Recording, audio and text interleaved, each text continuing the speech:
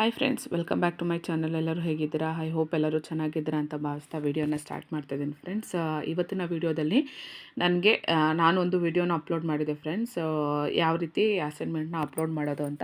ಆ ವಿಡಿಯೋಗೆ ಈ ಕಮೆಂಟ್ ಬಂದಿದೆ: ಮೇಡಮ್, ನಾನು MA ಕನ್ನಡ ಅಸೈನ್ಮೆಂಟ್ ಎಲ್ಲ ಸಬ್ಮಿಟ್ ಮಾಡಿದ್ದೀನಿ, ಇನ್ನೂ ಅಪ್ರೂವ್ಡ್ ಅಂತ ಬಂದಿಲ್ಲ. ನಿಮ್ಮ ಅಸೈನ್ಮೆಂಟ್ ಎಲ್ಲ ಅಪ್ರೂವ್ಡ್ ಆಗಿದೆಯಾ ಅಂತ ಅವರು ಕ್ವಶನ್ ಕೇಳಿದರು. ಸೊ ಇದಕ್ಕೆ ನಾನು ಇಲ್ಲಿ ರಿಪ್ಲೈ ಮಾಡ್ತಾಯಿದ್ದೀನಿ ಫ್ರೆಂಡ್ಸ್.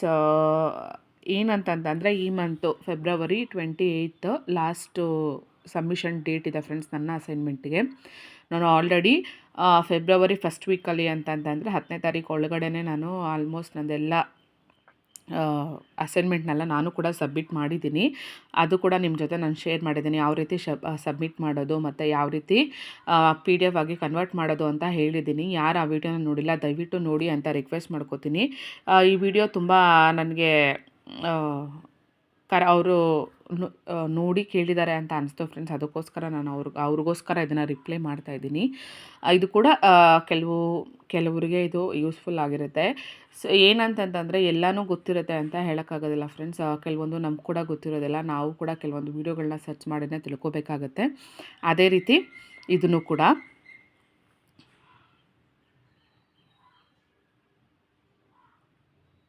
ನಾನು ತೋರಿಸ್ತೀನಿ ಫ್ರೆಂಡ್ಸ್. ನನ್ನ ಅಸೈನ್ಮೆಂಟ್ ಇದೆಯಲ್ಲ ಫ್ರೆಂಡ್ಸ್, ನಾನು ಅಪ್ಲೋಡ್ ಮಾಡಿರೋದು KSOU ಆ್ಯಪಲ್ಲಿ. ಅದು ಸಬ್ಮಿಟ್ ಅಂತಲೇ ತೋರಿಸ್ತಾ ಇದೆ. ನಾನು ಒಂದು ಲಾಸ್ಟ್ ವಿಡಿಯೋನ ರೆಫರ್ ಮಾಡಿದ್ದೆ ಫ್ರೆಂಡ್ಸ್. ಅವರು ಕೂಡ KSOU ರಿಲೇಟೆಡ್ ಆಗಿರುವಂಥ ವಿಡಿಯೋನೇ ಅವರು ಮಾಡಿದ್ರು ಕೂಡ. ನಾನು ಅದನ್ನು ಕೂಡ ರೆಫರ್ ಮಾಡಿದ್ದೆ.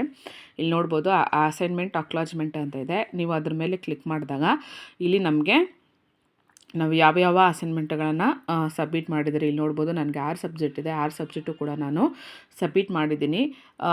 ಅಂದರೆ ಈ ಫೆಬ್ರವರಿ ಫಸ್ಟ್ ವೀಕಲ್ಲಿ 2ನೇ ತಾರೀಕು ಅಷ್ಟರಲ್ಲಿ ನಾನು ಸಬ್ಮಿಷನ್ ಮಾಡಿದ್ದೀನಿ ಫ್ರೆಂಡ್ಸ್. ಇಲ್ಲಿ ಎಲ್ಲ ಸ್ಟೇಟಸ್ ಏನು ತೋರಿಸ್ತಾ ಇದೆ ಅಂದರೆ, ನನಗೆಲ್ಲನೂ ಸಬ್ಮಿಟ್ ಮಾಡಿದ್ದೀನಿ ಅಂತಲೇ ತೋರಿಸ್ತಾ ಇದೆ. ಇಲ್ಲಿ ನೋಡ್ಬೋದು ಈ ಸ್ಟೇಟಸ್, ನೀವು ಇಲ್ಲಿ ನೋಡಿ ಸಬ್ಮಿಟ್ ಅಂತಲೇ ತೋರಿಸ್ತಾ ಇದೆ.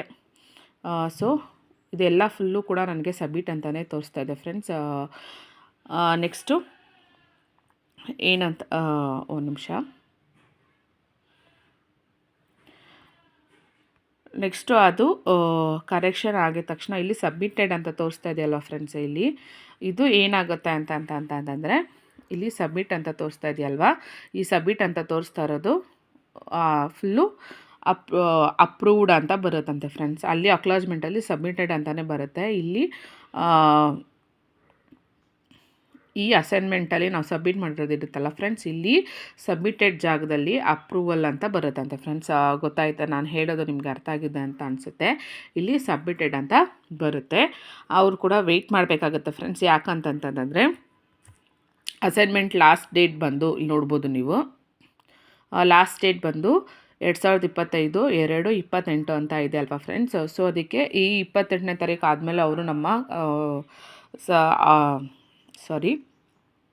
ಅಸೈನ್ಮೆಂಟನ್ನೆಲ್ಲನೂ ವ್ಯಾಲ್ಯೂಯೇಟ್ ಮಾಡ್ತಾರೆ ಅಂತ ಅನಿಸುತ್ತೆ ಫ್ರೆಂಡ್ಸ್. ಯಾಕಂದರೆ ನಮ್ಮಂಥವ್ರು ಎಷ್ಟೋ ವಿದ್ಯಾರ್ಥಿಗಳಿರ್ತಾರೆ, ಎಷ್ಟು ಜನ ಇರ್ತಾರೆ ಅಂತ ಹೇಳೋದಕ್ಕಾಗೋದಿಲ್ಲ. ಸೊ ಎಲ್ಲರನ್ನೂ ಅವರು ಕರೆಕ್ಷನ್ ಮಾಡಬೇಕಾಗುತ್ತೆ, ಎಲ್ಲ ನೋಡಬೇಕಾಗುತ್ತೆ.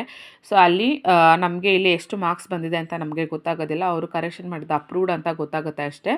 ಸೊ ನಮಗೆ ಮಾರ್ಕ್ಸ್ ಕಾರ್ಡ್ ಕೂಡ ಪೋಸ್ಟಲ್ಲೇ ಬರುತ್ತೆ ಅಂತ ಹೇಳಿದ್ರು. ಇದೊಂದು ಇನ್ಫಾರ್ಮೇಷನ್ ಆಗಿತ್ತು ಫ್ರೆಂಡ್ಸ್. ನನ್ನ ವಿಡಿಯೋ ಇಷ್ಟ ಆದರೆ ಪ್ಲೀಸ್ ನನ್ನ ವಿಡಿಯೋನ ಲೈಕ್ ಮಾಡಿ, ಶೇರ್ ಮಾಡಿ ಮತ್ತು ಕಮೆಂಟ್ ಮಾಡಿ ಅಂತ ರಿಕ್ವೆಸ್ಟ್ ಮಾಡ್ಕೋತೀನಿ ಫ್ರೆಂಡ್ಸ್.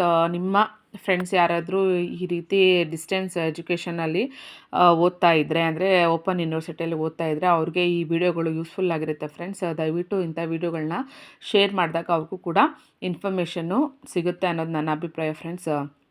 ಈ ರೀತಿ ನೀವು ಸಪೋರ್ಟ್ ಮಾಡಿದಾಗಲೇ ನಾವು ಕೂಡ ಹೊಸ ವಿಡಿಯೋಗಳನ್ನ ಮಾಡೋದಕ್ಕೆ ನಮಗೂ ಕೂಡ ಒಂದು ಸ್ಫೂರ್ತಿ ಆಗಿರುತ್ತೆ ಅಂತ ಹೇಳ್ತಾ ವಿಡಿಯೋನ ಎಂಡ್ ಮಾಡ್ತಾ ಇದ್ದೀನಿ ಫ್ರೆಂಡ್ಸ್.